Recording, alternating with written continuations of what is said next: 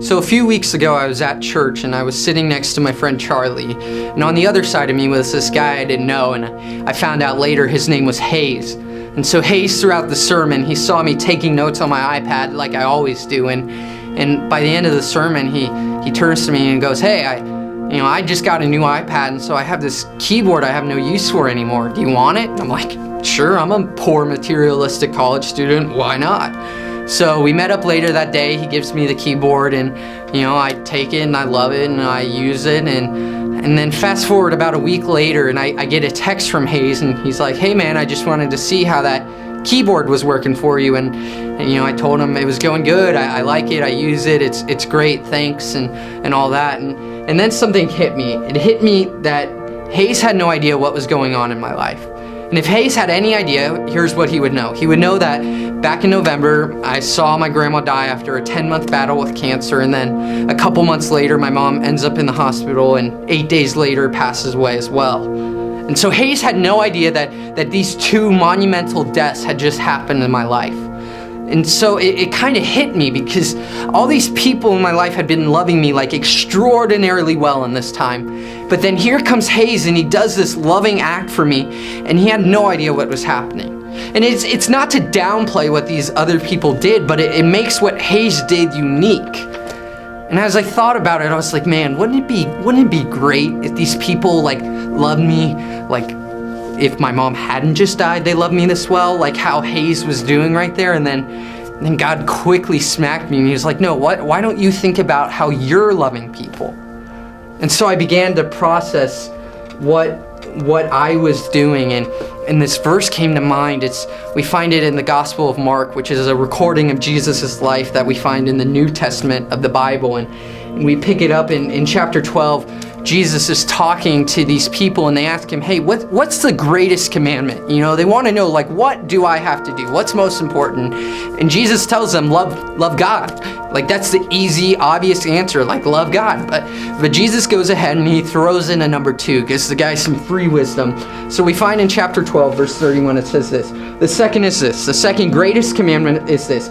You shall love your neighbor being anyone who's physically or relationally close to you, anyone you're doing life with. You shall love them as yourself.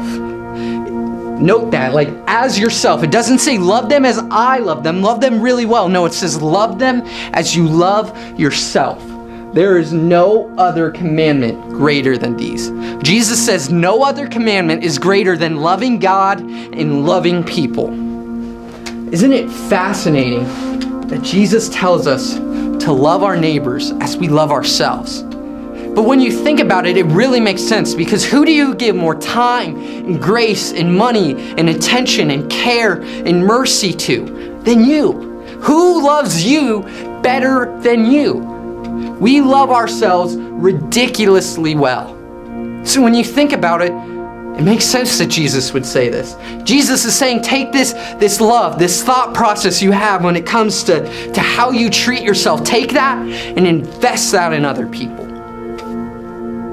So think back with me. I see these people loving me really well because my mom died. And I see Hayes loving me in a unique way. And so I begin thinking, well, shouldn't these people be loving like this? And then God's like, no, think about how you're loving people. And so as I thought about what this verse means for me and in my situation, it means I need to love them like their mom died. I need to look at people and love them as if their mom died, because people saw me. They saw a need in my life. Something big and traumatic happened. And so people come in and they give me gifts and cards and hugs and time and money and attention and care. And that's what I wanted, right? That's what I wanted people to do. I wanted people to meet me in my time of need. And they did that, and they loved me by doing that. And so if I'm going to follow the call of Jesus, I need to do the same for others. People might not have just lost their mom, but they're going through something where they need loved.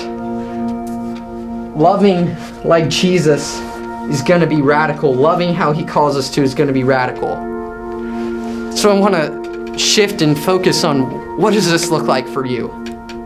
It doesn't matter who you are, where you're from, what you've been through. You want to be loved. Everyone deep in their core just wants to be loved. But here's the thing, most of us, we stop there, we set up camp, and we stay put. That's where we are. But Jesus says, no, we're changing this. Jesus says, start by loving me, then next recognize there's something in you to love. If you look back at this verse, it says that you should love your neighbor as yourself. That implies that you have something within you that's worth loving. Jesus is like, no, you are lovable. So start by loving me, learn to love yourself, and then take that love and invest it in others. So what does this look like? If you're a Christian, I want to challenge you to think about what this means for you. How much do you invest in you? How much care do you give you? How much grace do you give you? What's something you can do to love someone as you would want to be loved? Maybe it's a card, maybe it's a text, maybe it's a Facebook message, maybe it's a gift, maybe it's buying coffee. I don't know what it is. But think about, what can you be doing to love someone as you love yourself?